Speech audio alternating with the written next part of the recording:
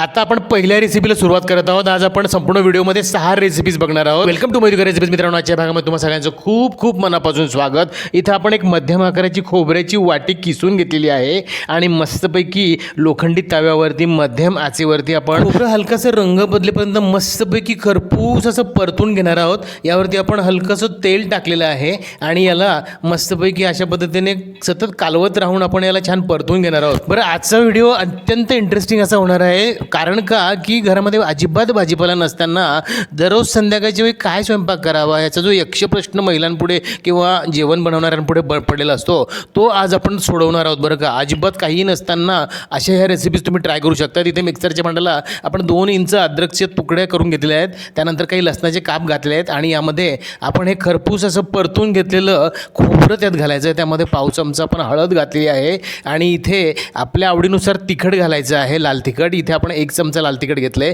तुम्ही तुमच्या आवडीनुसार कमी जास्त करू शकतात।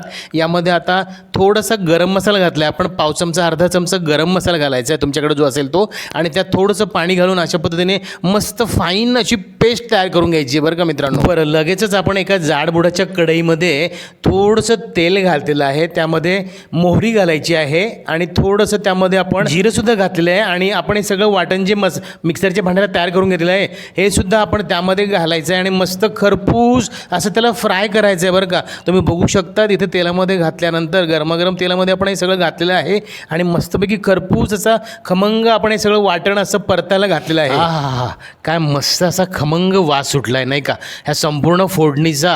अगदी तेलात घातल्या मजेदार असा वास संपूर्ण घरभर पसरला आहे। इथे आता आपण मिक्सरचं भांडं विसळून यामध्ये पाणी घातलेलं आहे आणि याला सगळं मस्त मिक्स केलेलं आहे। आपल्याला हवं तेवढं पातळ आपण हे ठेवू शकतो, पाण्याचं प्रमाण आपण ठरवू शकतो। त्यामध्ये आपण चवीनुसार मीठ घालायचं आहे आणि मस्तपैकी एक उकळी आल्यानंतर छान असं मंद आचेवरती आपण याला पुन्हा आपण मस्त गरम व्हायला उकळायला ठेवायचं आहे। 7 ते 8 मिनिट आपण याला छान मंद आचेवरती उकळू देणार आहोत आणि हे खोबऱ्याचं सगळं मिश्रण असल्यामुळे याला जोपर्यंत गॅस चालू असेल तोपर्यंत वरती फेस दिसेल मित्रांनो। घाबरण्याचं अजिबात कारण नाही, जसंही तुम्ही गॅस बंद कराल ते हळूवार मस्तपैकी त्याला अशी तरी सुटेल आणि असं छानसं तुम्हाला हे सगळं खोबऱ्याचं बट्ट इकडे म्हटलं जातं ते तयार होईल। इकडे तुम्ही गरमागरम भात चपाती भाकरी कशाबरोबरही याचा आनंद घेऊ शकता। ताट वाढून रेडीच आहे, जेवण करून घेऊया, लगेच दुसरी रेसिपी सुरू करायची आहे। दुसऱ्या रेसिपीसाठी इथे आपण एका पॅनमध्ये थोडंसं जास्तीचं तेल घ्यायचं आहे बरं का। त्यामध्ये जिरं मोहरी घातल्यानंतर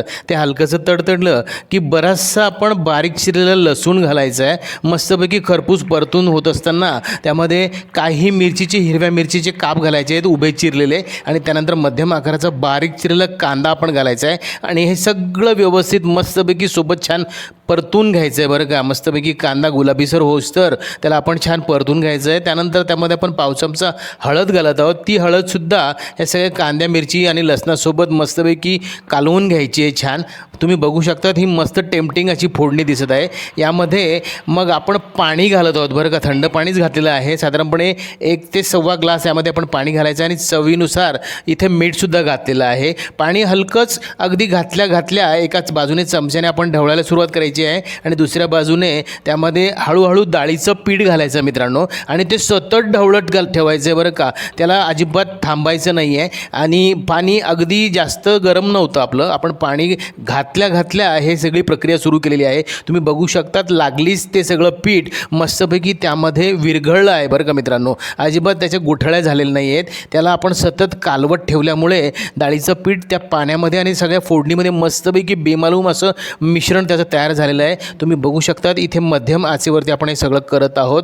इथे हे छान शिजायला घातलं बरं का आपण डाळीचं पीठ या सगळ्या फोडणीमध्ये। तुम्ही बघू शकतात अशा पद्धतीने मस्त ते गदकलं पाहिजे, असं गदक त्याला आला की त्यावरती हिरव्या मस्तपैकी बारीक चिरलेली कोथिंबीर घालायची आहे आणि याला त्या कोथिंबीर घातल्यानंतर सुद्धा 1 मिनिट 1.5 मिनिट आपण पुन्हा असं गदकू द्यायचं आहे। कोथिंबीरीचा मस्तपैकी त्यामध्ये फ्लेवर उतरतो आणि गरमागरम भात चपाती भाकरी याबरोबर हे पिठलं आपलं बरं का, घेरलेलं पिठलं आपण मस्तपैकी सर्व करायचं आहे। हे पिठलं बनवतानाच आपण थोडं जास्तीचं तेल फोडणीमध्ये घातलं होतं, तरीसुद्धा तुम्ही वरतून शेंगदाणा तेलाची थोडी थोडीशी धार यावरती घालू शकतात. पातळ लवतं डोळ्याचं तोपर्यंत दुसरी रेसिपीसुद्धा आपली झालेली आहे.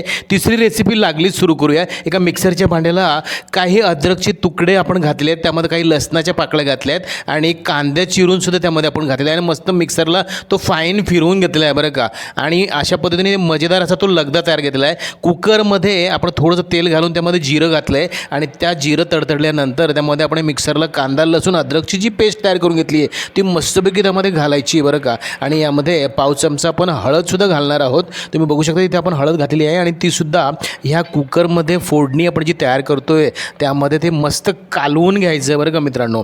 आता तुम्ही बघू शकता ह्या खमंग अशा ह्या फोडणीचा वास असा मस्त इकडे बाहेर येतो आहे बरं का. तुम्ही बघू शकता ही हलकासा कांदा मस्तपैकी ट्रान्सपरंट झाला की त्यामध्ये पाणी घालायचं आहे. साधारणपणे 2 ग्लास किंवा 1 तांब्याभर पाणी आपण यामध्ये घातलेलं आहे. तुम्ही बघू शकतात इकडे आता आपण एका भांड्यामध्ये तांदूळ मस्तपैकी स्वच्छ धुवायचे आहेत. त्यामध्ये डाळसुद्धा घेतलेली आहे पण तुरीची डाळ आणि तांदूळ स्वच्छ 2-3 पाण्याने धुवून आपण ह्या कुकरमध्ये घातलेल्या ह्या फोडणीमध्ये त्यामध्ये आता आपण चवीनुसार मीठसुद्धा घातलेलं आहे. त्यात आपण हे धुतलेले तांदूळ घालायचे आहेत मित्रांनो आणि मस्तपैकी कुकरला शिट्टी काढून घ्यायची आहे. तुम्ही बघू शकतात आत्तापर्यंत आपण तिसरी रेसिपी लागलीच घेतलेली आहे बरं का. ह्या रेसिपीज अशा आहेत मित्रांनो, मी तुम्हाला बोलताना जरी असं म्हणालो असेल की घरामध्ये भाजीपाला नसताना तुम्ही या सगळ्या गोष्टी करा, पण भाजीपाला असताना सुद्धा तुम्ही ह्या करू शकता. इतक्या टेम्पटिंग आणि इतक्या मजेदार ह्या रेसिपीज आहेत. इथे आपण ह्या कुकरला 3 शिट्ट्या काढून घेतलेल्या आहेत आणि कुकर थंड होईस्तोवर आपण पुढची तयारी करूया. एका तडका पॅनमध्ये थोडंसं तेल घेतलं आहे. उभ्या चिरलेल्या देठासकट आपण हिरव्या मिरच्या घातल्या आहेत बरं का आणि त्यावरती थोडंसं काळं मीठ घालायचं आहे. ते तळत असतानाच तुम्ही बघू शकता मिरच्या मस्त खरपूस अशा तळल्या गेलेल्या आहेत बरं का. आपल्याला ह्या मिरच्या काय करायचं आहे तुम्हाला मी ते सांगतो. इकडे आपला कुकर थंड झालेला आहे.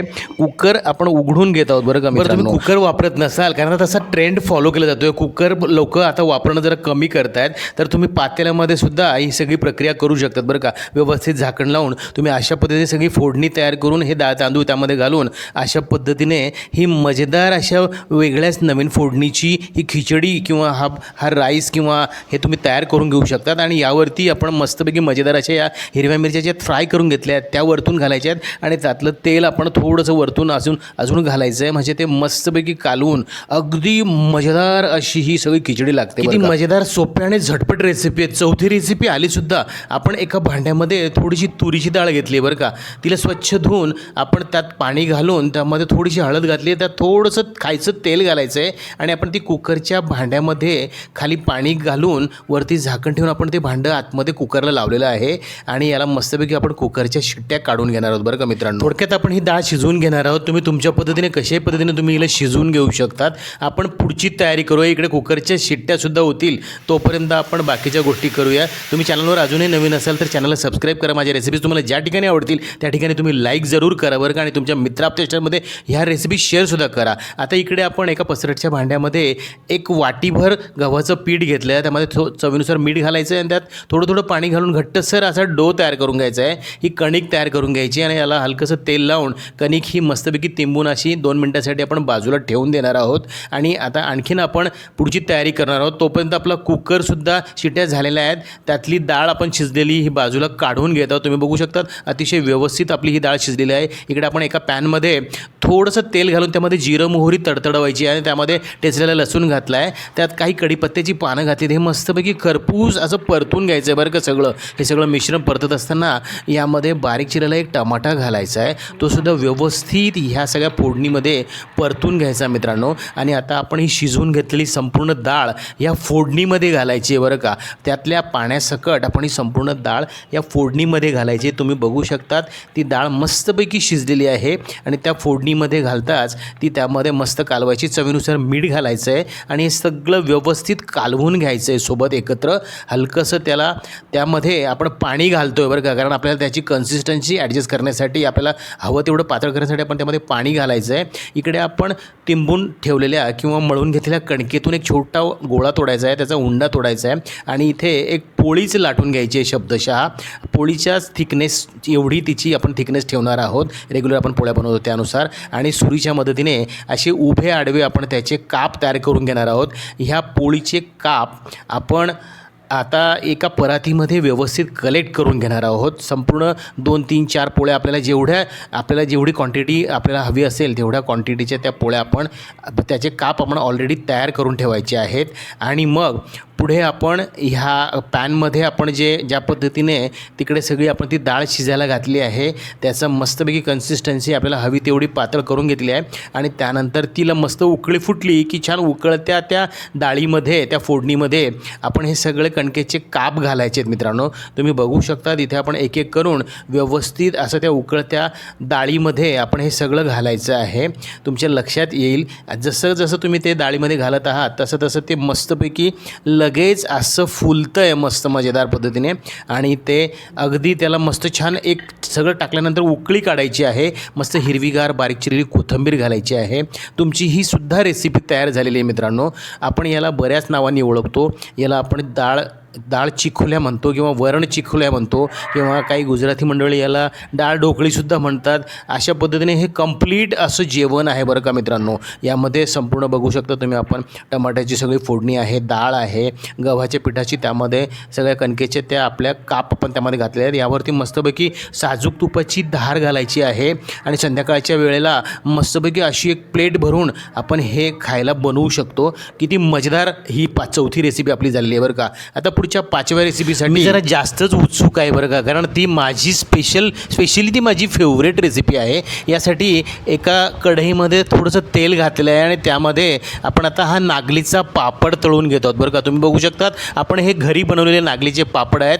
एक पापड छोटासा आपण घातला तो तुम्ही बघू शकतात किती भला मोठा, किती पटीने तो फुललेला आहे. आणि ह्यावर्षी मात्र आम्ही ह्या पापडांची रेसिपी तुमच्यासोबत शेअर करायला चुकलो बरं का, कारण की आम्ही ती शूट करू शकलो नाही काही अपरिहार्य कारणामुळे. आणि पुढच्या वर्षी मात्र आम्ही तुमच्यासोबत नागलीच्या पापडांची सुद्धा एक मजेदार रेसिपी शेअर करणार आहोत. इथे आता हा तांदळाचा पापडसुद्धा आहे बरं का मित्रांनो. तांदळाचा पापड, नागलीचं पापड, आपण हे 2 प्रकारचे पापड इथे अशा पद्धतीने तळून घेणार आहोत. आणि तळल्या मात्र आपण तो बाजूला काढत आहोत परातीमध्ये. आणि तो काढल्या त्यावरती लाल तिखट घालत आहोत बरं का. तुमच्या लक्षात आलं असेल आधीच्या नागलीच्या पापडावर सुद्धा आपण काढल्या त्या गरमागरम पापडावरती आपण लाल तिखट घातलं आहे. असे 4, 5, 6 पापड आपण तळून घेतलेले आहेत. तुम्हाला जेवढे हवे असतील तेवढे पापडं अशा पद्धतीने तळून घ्यायचे आहेत मित्रांनो. आणि याचं पुढे काय करायचं आहे तुम्हाला सांगतो. कशाला पुढे आत्ताच बघा, त्याचा लगेच अशा पद्धतीने चुरा करायचा आहे. इथेच आपण मोठी परात त्यासाठीच घेतलेली आहे. आणि या परातीमध्येच हे सगळे पापड आपण अशा पद्धतीने चुरून घ्यायचे आहेत बरं का मित्रांनो. ह्या पापडांवरती आपण लाल तिखट आणि सोबतच काळं मीठसुद्धा घालत होतो बरं का मित्रांनो. मी तुम्हाला ते बोलताना विसरलो. सोबतच आपण त्याच वेळेस प्रत्येक पापडावरती काळं मीठसुद्धा घातलेलं आहे. आणि हा चुरा अशा पद्धतीने तयार करून घेतलेला आहे. हा सगळा तयार झालेला चुरा आपण एका बाऊलमध्ये काढून घेऊया बरं का. आणि पुढे आपण काय करत आहोत ह्या रेसिपीसोबत इथे बघाच. आता इथे आपण एका ताटामध्ये शेवया काढत आहोत बरं का मित्रांनो. 3 मुठी भरून आपण शेवया काढलेल्या आहेत. ह्या साधारणपणे 3 जणांसाठी आपण 3 मुठी इथे शेवया काढून घेतलेल्या आहेत. इकडे एका बाजूला पातेल्यामध्ये स्टीलच्या आपण पाणी उकळायला ऑलरेडी ठेवलेलं होतं, त्यामध्ये ह्या शेवया घातलेल्या आहेत. शेवया आपल्याला उकळून घ्यायच्या असतात बरं का. आता तुम्ही बघू शकता उकळत्या पाण्यामध्ये आपण हे शेवया घालायच्या आहेत. आणि त्या अगदी 1 ते 2 मिनटामध्येच त्या मस्तपैकी शिजतात बरं का. हलकंसं त्या शिजल्या की अशा पद्धतीने बोटाने चेक करायचं आहे आणि त्या शेवया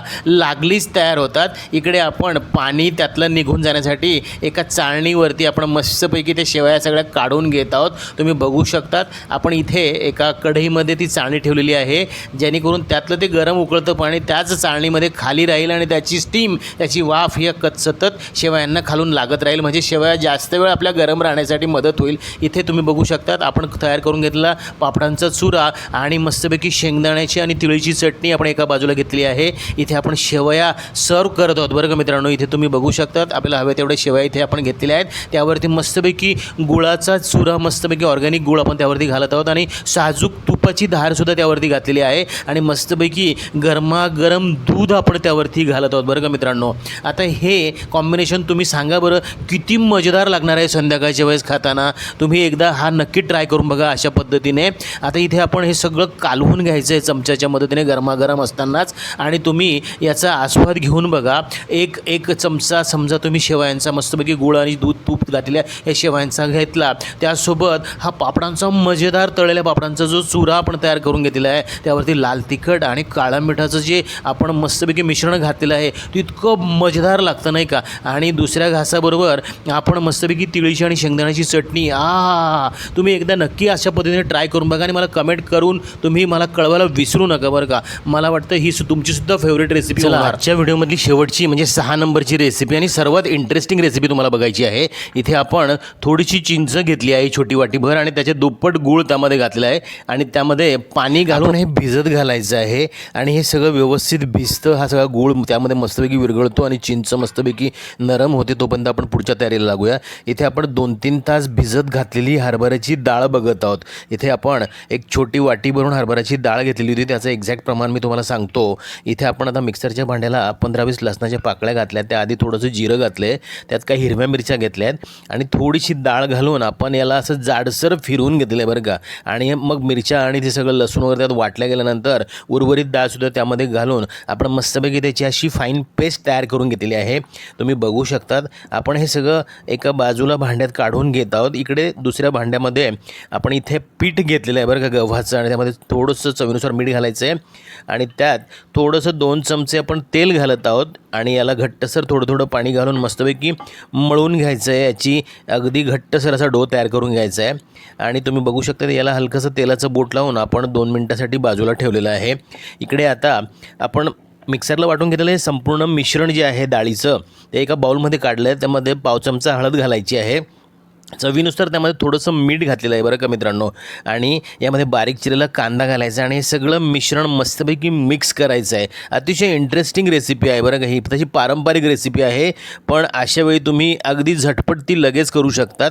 इकडे आता आपण जी कणिक मळून घेतलेली आहे त्यामधनं एक छोटासा उंडा तोडून घ्यायचा आहे आणि स्क्रीनवर दाखवल्याप्रमाणे पोळपाटावरती आपण त्याला लाटून घेणार आहोत बरं का मित्रांनो. अजूनही तुम्ही चॅनलवर नवीन असाल, तुम्ही चॅनलला सबस्क्राईब करायचं विसरलात की काय, चॅनलला आधी सबस्क्राईब करा बरं आणि माझी रेसिपी तुम्हाला जिथे कुठेही आवडेल तिथे तुम्ही लाईक जरूर करा बरं का. त्यामुळे आम्हाला भरपूर प्रोत्साहन मिळतं आणि नवनवीन व्हिडिओ आणण्यासाठी तेच सगळं ऊर्जा म्हणून कामी येतं बरं का. चला तर मग आता आपण जी छोटीशी पुरी टाईप आपण जी काही कणिक लाटून घेतलेली आहे त्यामध्ये आपण मिक्सरच्या भांड्याला जे डाळीचं मिश्रण वाटून घेतलेलं आहे त्याचं चमचाभर अशा पद्धतीने आपण त्यात भरायचं आहे. फिलिंग करायचं, स्टफिंग करायचं आहे आणि ही जास्तीत जास्त शीट जी आहे आपण कणकेची ती पातळ लाटायची आहे मित्रांनो. आणि मग अशा पद्धतीने एक एक करून आपण हे सगळे अशा पद्धतीने सगळे बनवून घ्यायचे. डाळ आणि कणकेचं जे इतकं आपल्या प्रमाणामध्ये आपले ते बनतील आणि आपण त्याला स्टीम करायला ठेवणार आहोत.